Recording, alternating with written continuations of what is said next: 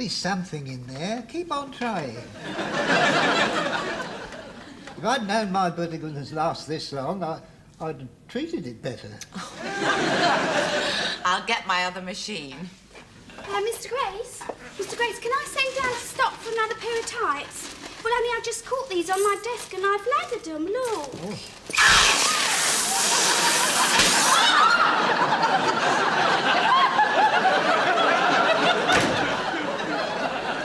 Well, that's incredible.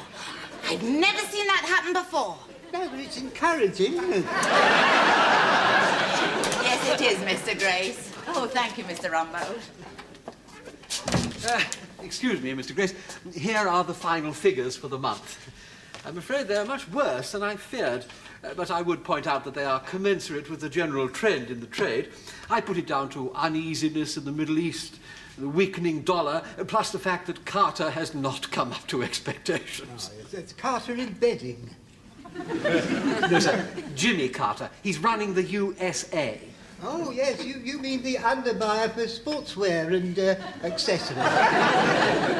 Well, if he doesn't come up to scratch, you'd have to tell him he's got to go. These figures are very bad, aren't they? Yes, sir, but I'm sure there's some very good reason. Yes, when I was in the fish trade, we always used to say that when a fish was bad, the head went rotten first. Who's in charge of this department? Who's in charge? I am, sir. Oh, you had any headaches lately? So anyway, this time I promised my mother faithfully I'd give it up altogether. It's not an easy decision to make, Mr. Humphrey. Oh, torture, Mr. Lucas. Anyway, Ben-Hur was on the television, so I thought, well, that'll take my mind off it for 4 or 5 hours. Well, it had just gone 12 o'clock. I couldn't contain myself any longer, so I took my boxing gloves off. You'd lost the battle then, hadn't you? Precisely. My hand fitted straight into the sweet jar. Do you know, within 5 minutes, I'd scoffed the lot. Thank you so much, madam. Anyway, I was so upset that Mrs. Axelby came with me to the police station. Well, I couldn't have got a word out. Do you know, it must have been awful for you. Oh, it was. Well, Mrs. Axelby could see the state I was in, so she went straight up to the sergeant at the desk and she said, "Have any of your constables reported having seen this lady's pussy?" And had they? No. But he took my name and found out where I lived, and they all promised that keep an eye out. Looking for the sunshine, everybody comes your way. Yeah, Warwick, shove it down about there. That's lovely. That's nice. Yeah, OK, Warwick, yeah. Mr. Harmon, I'm getting rather tired of telling you not to appear on the floor when the store is open. In that case, why don't you give up? Is that for me, Mr. Harmon? Yes, Mrs. Slocum. It's a new point-of-sale model for ironclad hosiery. It is rip-proof, snag-proof and run-proof. Guaranteed against rugger, hockey or a scramble into bramble. The only tights that will stand up against the ultimate test. A good going over with still wool.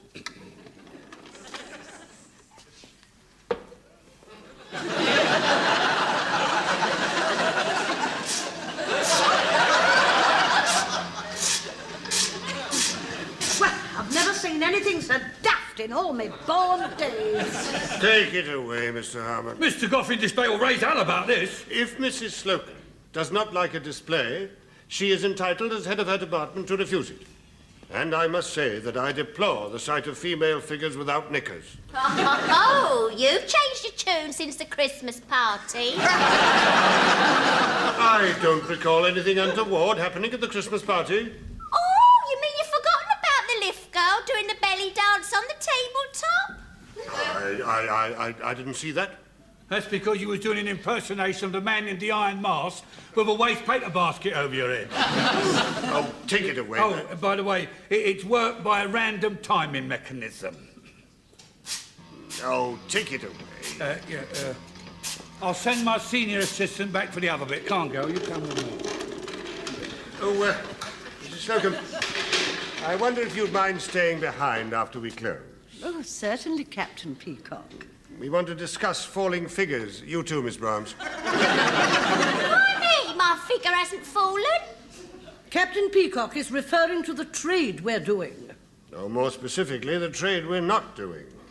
Captain Peacock, are you free?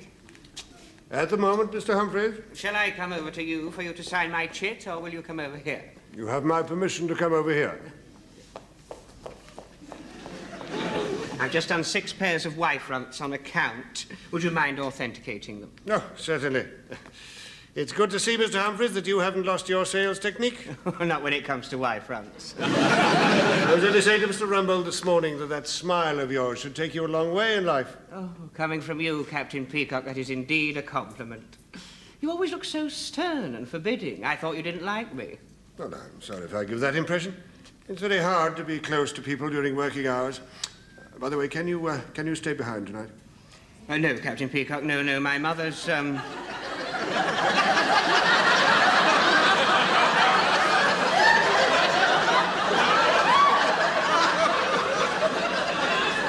My mother's rug machine's gone faulty, and I promised I'd, She wants to have it finished for,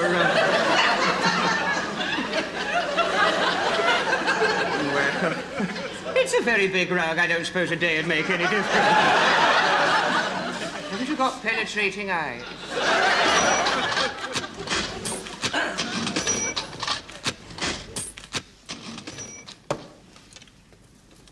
You won't be long on that phone, Mr. Humphreys, will you? No, Captain Peacock.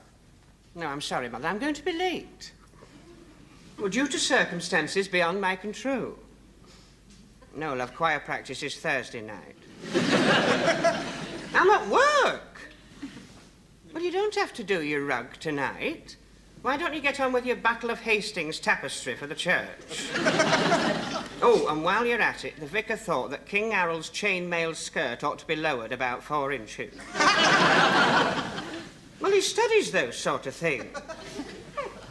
No, that's not where he got the arrow. No. No, look, it was in his eye. Oh, well, if you put it there, leave it. It'll just look silly, that's all. Yeah. 5 coffees and 3 teas. Which is which? The teas is the one with the froth on top. That's on account of the fact that Elsie cleans out the tea urn on a Wednesday and she's a bit lavish with the detergent. Why isn't the coffee frothy? Well, Miss Wodonga does that and she uses Vim. Oh, by the way, there's 3 water biscuits each. They're all soggy. That's right, because they're made with real water. Did you know that the Americans won't buy our biscuits? No, I didn't know that, Mr. Tebbs. Why is that? They say that there are more than the acceptable number of mouse hairs in them. They look at them through a microscope, you know. Very finicky people. He's not serious, is he? No, there's all sorts of rubbish and bacteria in all the food we eat. Fortunately, we can't see it. Yes, you ought to look at a piece of gorgonzola cheese through a microscope. All that green stuff is full of big bugs with long, wavy arms. Don't. I've got some in the pantry. My mother's alone in the house. I reckon if a visitor from outer space came here and ate our food, they'd probably die. Well, if they saw that tea with that froth on it, they wouldn't stop here anyway, would they? And you know, they had an artist's impression of an extraterrestrial being. Ooh, it was horrible. Great big pink thing it was, with no hair, big boogly eyes and sticky out ears. Sorry to keep you waiting. That's quite all right, Mr. Rumbolter. We've saved all the water biscuits for you. Oh, my favourites, thank you. I've got a favourite biscuit, but I can't remember the name of it. I know it's got something to do with Friday. Yes, well, after that astounding piece of information, can we get on? Yes, I'm ready. Well, it's common knowledge that sales are seriously down and drastic measures have to be taken. Mr. Rumbold has had a meeting with young Mr. Grace, and he will now inform us of the result. Yes, well, I'm afraid it's more serious than we thought. Every economy has been carefully considered. Many of them will be put into effect. But I'm afraid we can't avoid the one we all feared the most: staff reductions. This department cannot escape, and I'm afraid somebody will have to go. But I deeply regret this. It's no exaggeration to say this is the saddest day of my life. May I be the first to say goodbye to you, sir, on behalf of all of us? May I thank you on behalf of all of us for all the little kindnesses you've shown us. And I know that I speak for every one of us when we wish you every best of luck in finding yourself a new job, which, of course, at your age will be no easy task. Mr. Lucas, have you gone mad? Redundancies don't apply to executives at my level. Oh, in that case, may I say I'm sorry I am. So it's one of us what's going to get the tin tack. And may I also say that it does not apply to middle management at my level. Well, there has been a further meeting about that, and as a result, I must say that it definitely does apply to middle management at your level. May I be the first to say goodbye to you, sir, and on behalf of all of us... Shut up and sit down. Well, who is going to go? We might as well know the worst. Well, for some time, young Mr. Grace has wanted to introduce worker participation into all major policy decisions. He would therefore like you, the workers, to decide which one of you is going to go. Bath Oliver. Where does he work? No, that's my favourite biscuit. I've been sitting here racking my brains to remember what it was.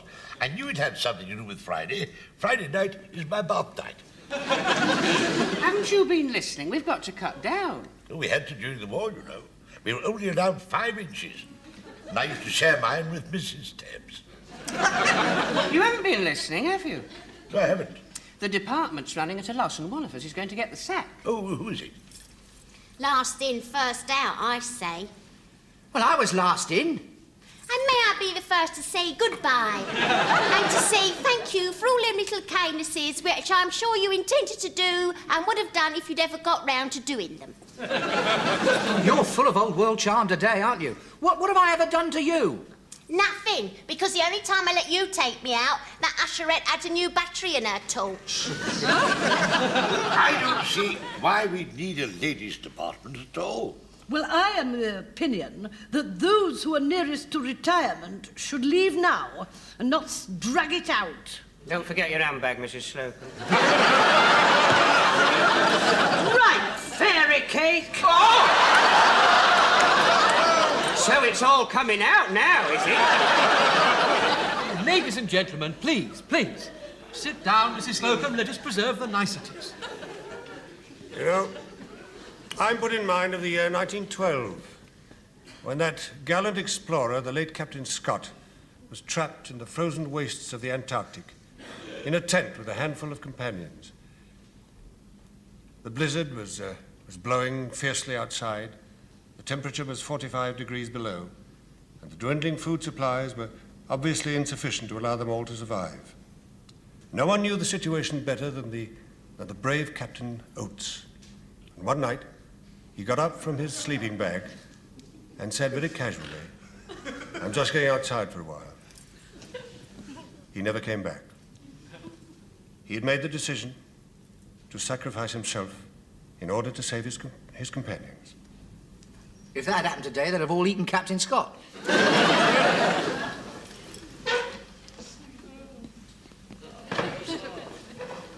Oh, just look at that. What are you all applauding for? We're applauding for you, Mr. Tebbs, sacrificing yourself for our jobs. Don't be silly. I'm going to spend a penny. No, on second thoughts, no. It puts me in mind of the story of Long John Silver, who left the room for a while, and when he came back, they handed him the black spot. Well, what did that mean? That was the pirate's way of telling you you've had your chips. Well, how are we going to decide? I couldn't help overhearing your conversation due to the fact that I've been listening to every word. And if I may say so, as a fully paid-up union man, I am very experienced at such matters. And when we wish to make a momentous decision, like getting rid of the government, we hold a secret ballot.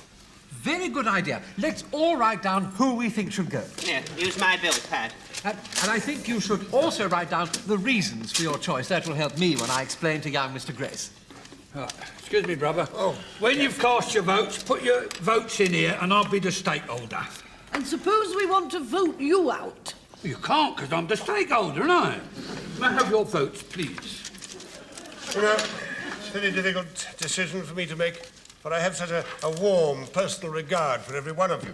It's a pity we haven't got Robin Day here, isn't it? You know, to give us a state of the parties like they do at the election. Oh, yes. Last time when he said he thought that Billy Ricky was going the other way, I nearly cut myself shave. Well, now, let's see what we've got. You keep the score, Harlan. Oh, God, sorry, okay. Now, the first name suggested for redundancy is Mr. Lucas. Reason: he was the last in, so he should be the first out. I wonder who wrote that. One against Mr. Lucas. Mrs. Slocum. Reason: because she's a crabby old cow. Who dared write that? It's written in blue pencil. One against Mrs. Slocum and 5 to go. Miss Browns. Reason: non-cooperation at the Christmas party.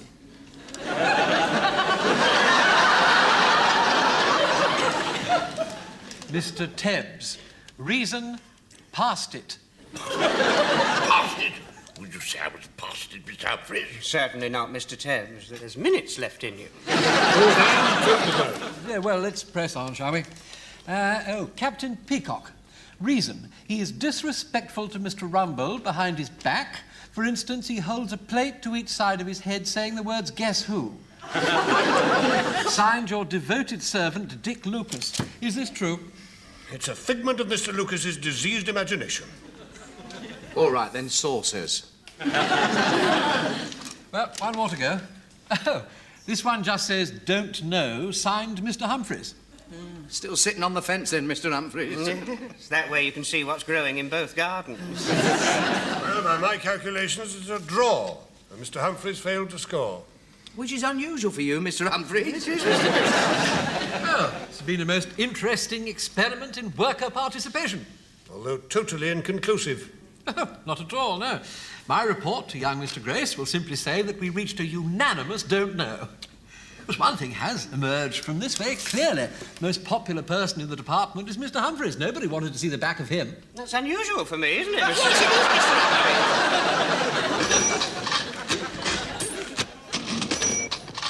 Oh, talk about economy cuts. This is ridiculous. Fancy cutting our stocking allowance. Well, our legs don't look too bad now. It was a good idea of yours staying in them like this. They look better when I put the seams in. What are you talking about? We used to do it during the war. You draw a line up the back with an eyebrow pencil. Stand on that chair. And for heaven's sake, keep still. I can't bear crooked seams. Oh, that's Oh, you move. What are you up to? I'm just putting the finishing touch on Miss Bronze with an eyebrow pencil. Blimey, she must have long eyebrows. She's the cat's mother. All right, then a cat's mother must have long eyebrows. They've cut our clothing allowance and we're not wearing our own gear. That's nothing. They got such low lights in the accounts department they can't see to eat their chapati. Where's everybody gone in menswear? We're having an argy-bargy in Rumbold's office. They always got their shirts issued free. I never thought it was fair. Oh, I see you've managed to hold on to your shirts then. Not entirely.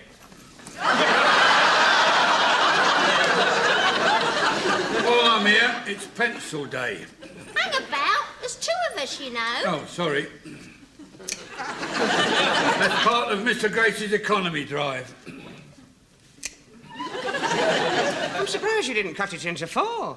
Well, we tried to, but we couldn't get it in a pencil sharpener. Hello. No, Captain Peacock. I see you've managed to hold on to your staff shirt. Yes, but I suffered defeat in some other directions. For instance, I've had to submit to a Japanese handkerchief. Oh, it looks quite nice. Well, only superficially. There's no body or stiffness in the material. It can't stand up to the least vibration.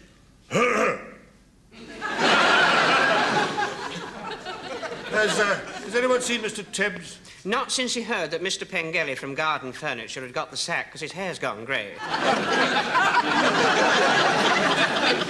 Oh, marvellous. It makes the years drop away. They assured me it was quite undetectable. It would be. It would be if he took the price tag off. Come here. Any news from upstairs? Yes, I left Mr. Rumbold on the phone to young Mr. Grace. We should be hearing something quite soon. Pay attention, everybody. I have a very important announcement to make. Who are you? I'm young Mr. Tebs. Good heavens. Well, it's as I feared. Young Mr. Grace feels that this department could well be run with one less counter-assistant. Well, that can't apply to the ladies. There's only 2 of us to start with. Well, it is felt that the ladies' department could well be run by 1 person, or the gentlemen's by 2. Well, then who is going to get that chop? Well, young Mr. Grace is most anxious that everyone should have a fair chance and should be allowed to state his case. To that end, on Saturday afternoon, he will join us, and he will look into every aspect of everyone's talent and capabilities, and on that basis he will decide. So, till Saturday afternoon, When the axe will fall. You shave your moustache off, you could get a good job as Harry Seacombe.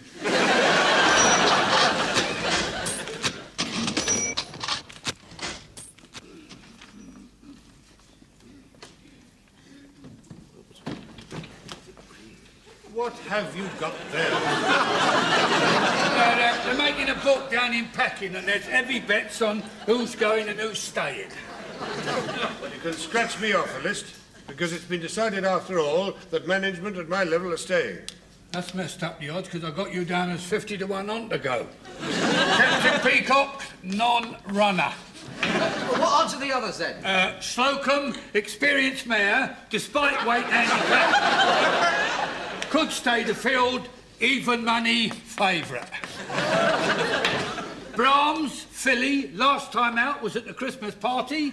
Sal at the 3rd brandy, 5 to 1. Tebs, long in a tooth, broken wind. Age and weight goes against this runner, 50 to 1. Lucas, young stallion, enjoys his oats, but never passes a filly. And always a good finisher. Ask Nancy, the lift girl. 10 to 1. What about me? I got you down as a good each way bet. I always have been. Hello. We're under starter's orders.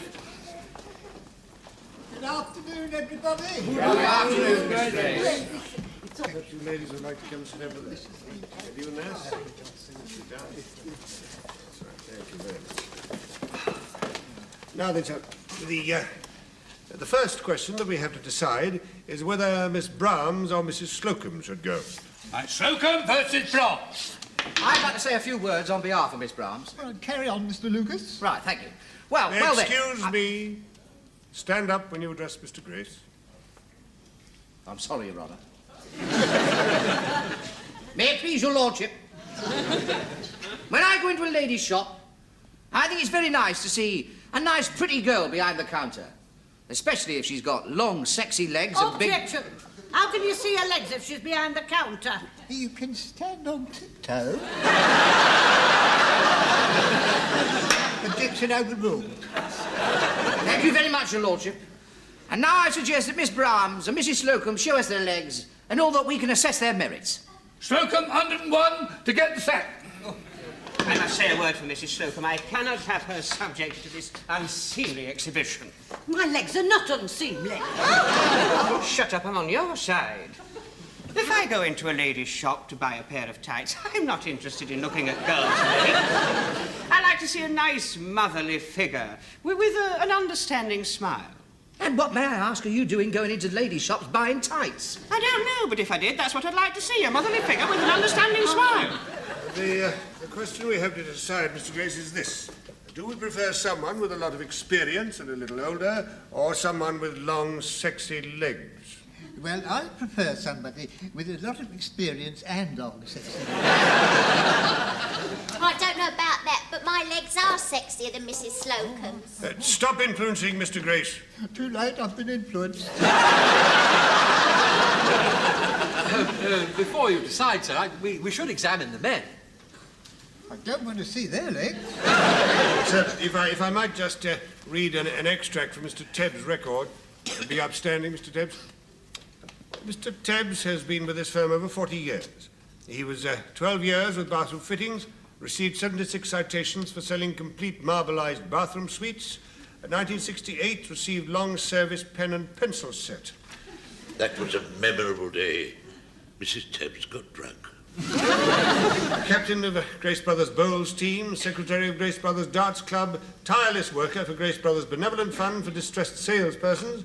1976, after 40 years devoted service, was honoured by yourself, sir, with a tea party in the boardroom. He's had a bloody boring life, hasn't he? Enough, I've heard enough. It has been a long, glittering career. From now on, it could be nothing more than an anticlimax. I realise I must step aside and make room for a younger man to climb to the dizzy heights which I have occupied for so long. How stupid of me to try to look younger. It was only because I'd hoped to save up to take Mrs. Tebbs for a last holiday to her birthplace in Wales, for old time's sake, to bang her.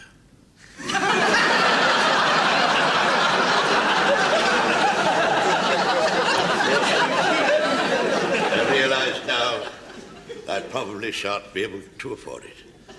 So, farewell, my friends, my counter, and my life. Oh, no, I can't bear it. Stop it now. Bring it back. I'll go. I resign. No, I'm the youngest. I'll go. You won't either of you go because I'm going and I'm not having any argument. One of these days, I'll be his age. Mr. Grace, I resign, and I am unanimous in that. Well, if you're all going to be so noble, I'm going to resign. Quality court! Break. Come back, Mr. Tebbs.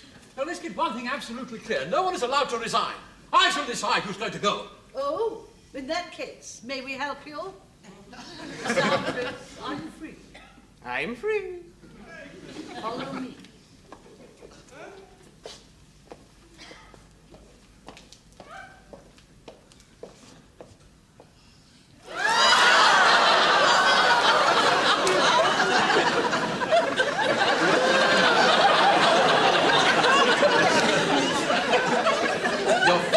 Both of you. No, they're not. I've always wanted to do that. Have a real cake.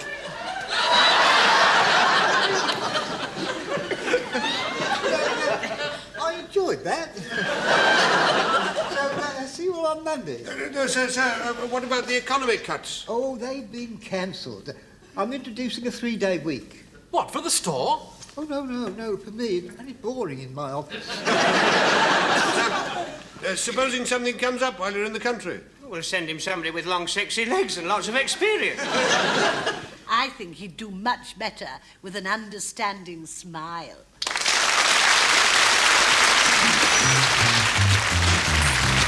Round for the